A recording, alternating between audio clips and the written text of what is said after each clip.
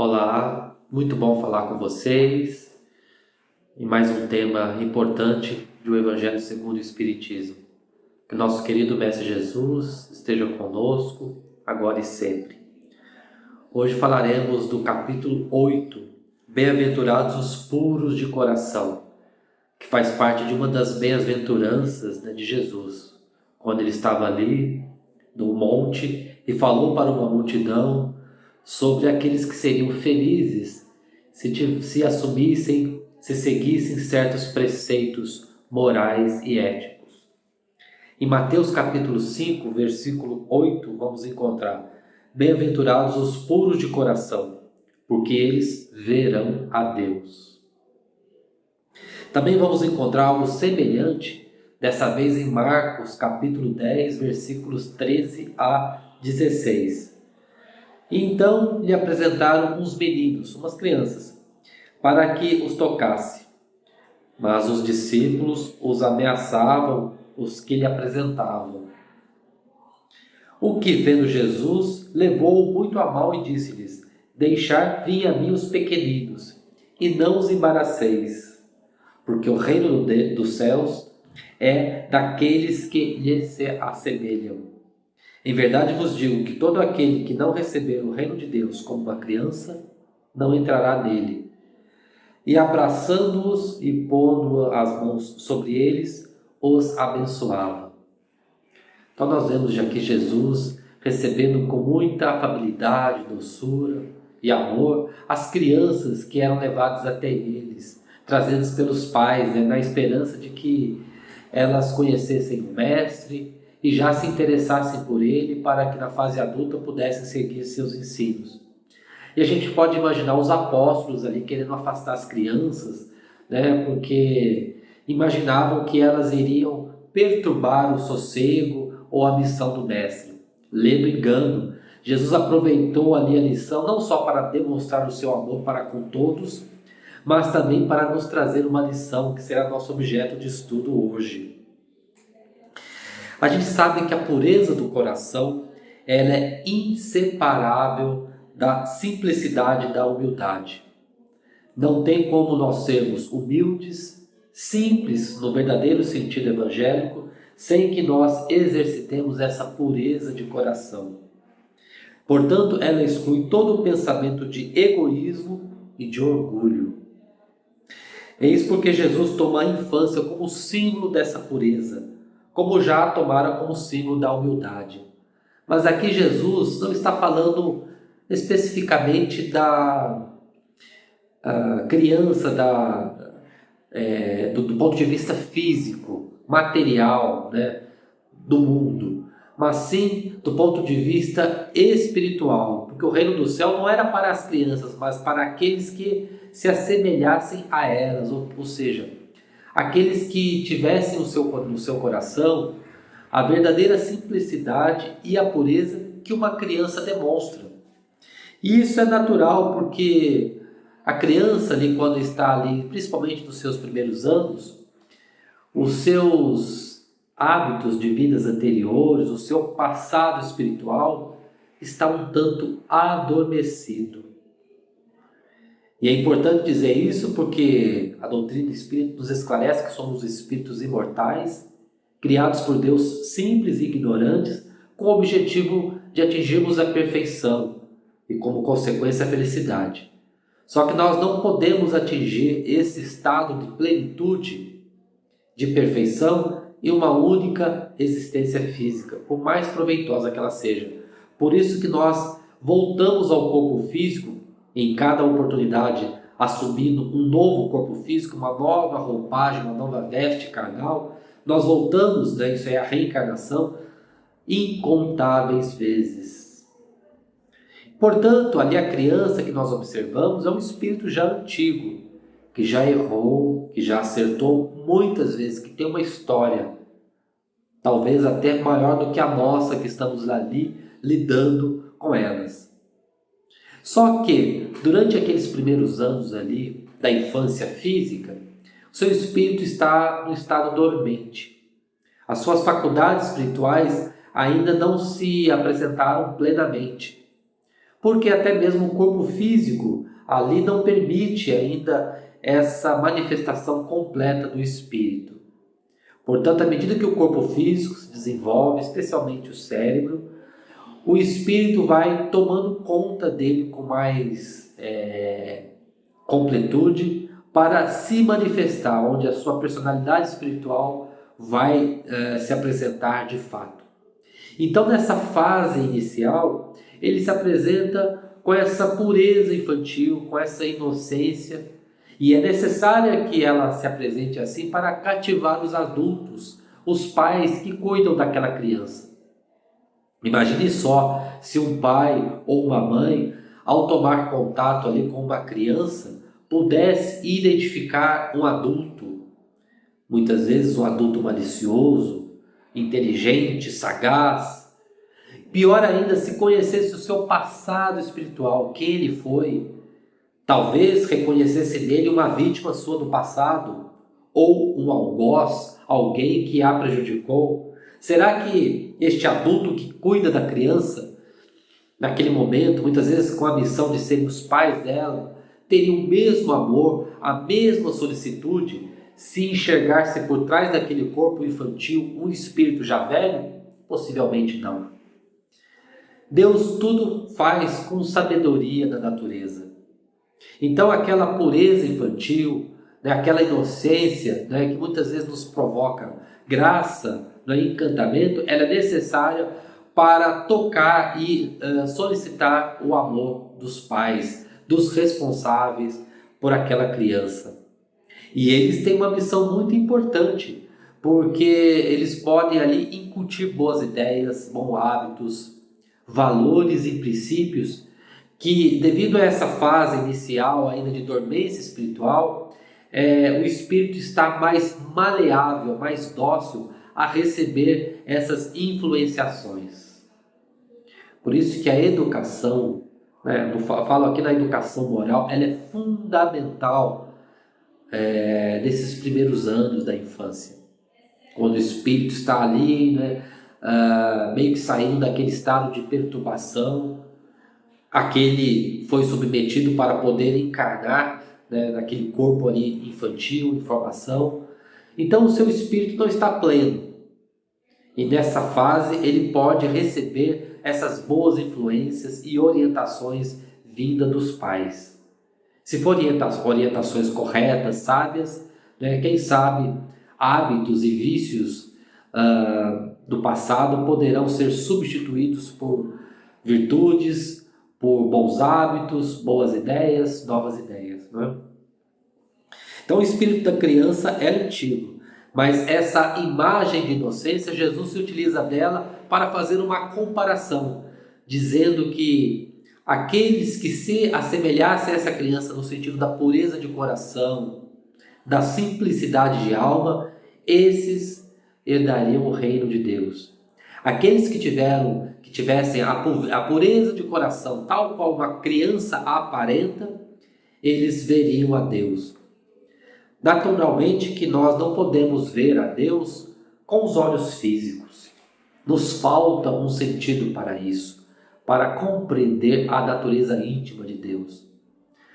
Mas aquele que exercitar a pureza de coração pode começar a sentir a Deus em toda a sua presença e plenitude.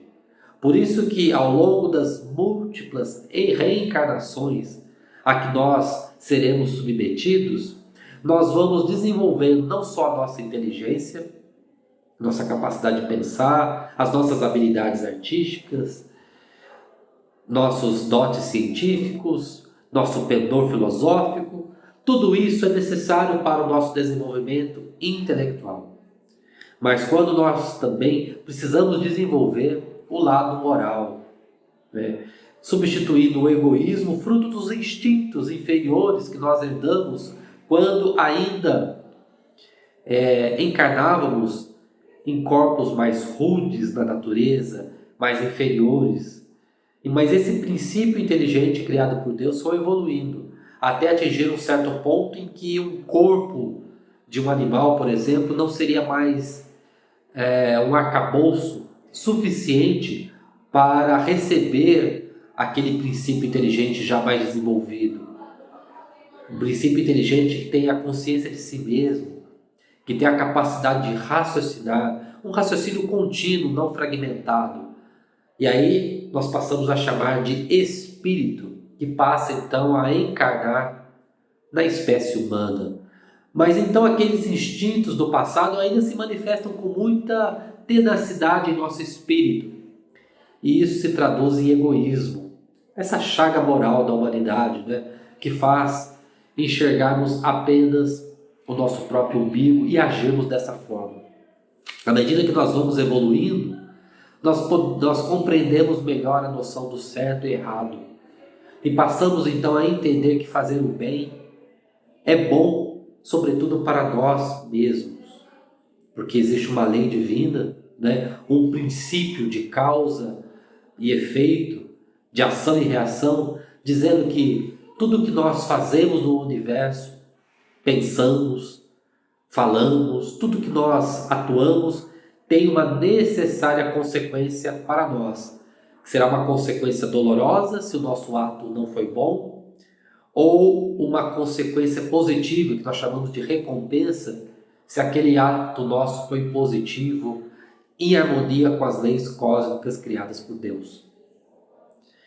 Então nós vamos deixando o egoísmo de lado, deixando o orgulho, né, esse sentimento de soberba, de superioridade, e substituído pela humildade, né, pelo altruísmo, quando passamos a enxergar o outro, sentir as suas necessidades, a sua dor, nos colocando no lugar dele, e aí passamos a ter sentimentos de empatia, de compaixão, e vamos, sem deixar de enxergar a maldade onde ela existe. Jesus não nos pede que sejamos ingênuos, tolos do ponto de vista espiritual, longe disso. Devemos ter, né, a mansidão de uma pomba e a prudência, né, de uma serpente. Mas ele nos pede que, apesar de nós enxergarmos a maldade humana que ela existe, fruto da ignorância, né, ela é temporária, ela é passageira, porque o mal em si ele não existe, é a ausência do bem. É quando nós agimos em desarmonia com as leis de Deus, então podemos chamar isso de mal. Mas o que existe de fato é somente o bem. Quando estamos longe dele, é que nós falamos do mal. Portanto, essa ignorância ela é temporária, ela é passageira. E nós não podemos ignorá-la, porque ela existe. Mas, apesar disso, nós podemos retirar essas impurezas de nosso coração. E à medida que nós vamos purificando o nosso espírito, nós vamos desenvolvendo esses sentidos e essas habilidades espirituais para compreender Deus, para ver a Deus, né, como nos diz Jesus. Portanto, Jesus, quando fala que deixar vir a mim os pequeninos, porque o reino dos céus é para aqueles que se lhe assemelham, Jesus não está se referindo de modo absoluto à infância física, mas aqueles que possuem a pureza e a simplicidade de uma criança. É uma metáfora, né? Uma comparação que Jesus diz. Uma outra interpretação possível também, trazida no capítulo 8 do Evangelho segundo o Espiritismo, né, pelo apóstolo João, o evangelista, que se manifestou, né, espiritualmente, nós podemos tomar essas palavras de Jesus como se ele se referisse aos fracos, aos sofredores, aos viciosos, aqueles que passam por dores no mundo e sentem uma necessidade de um apoio, de um suporte, de um auxílio. No fundo, todos nós, né? Porque todos nós passamos por sofrimentos. Mas aqueles que não se portam de maneira orgulhosa, soberba, que se acham cheios de si, não é a esses que Jesus chama ao seu regaço amoroso, aqueles que cultivam, né, a simplicidade do coração.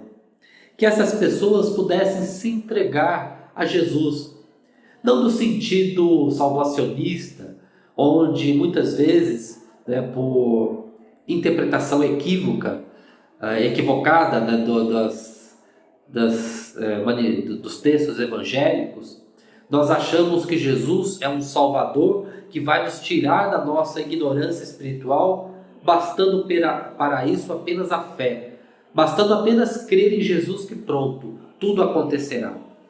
De forma alguma.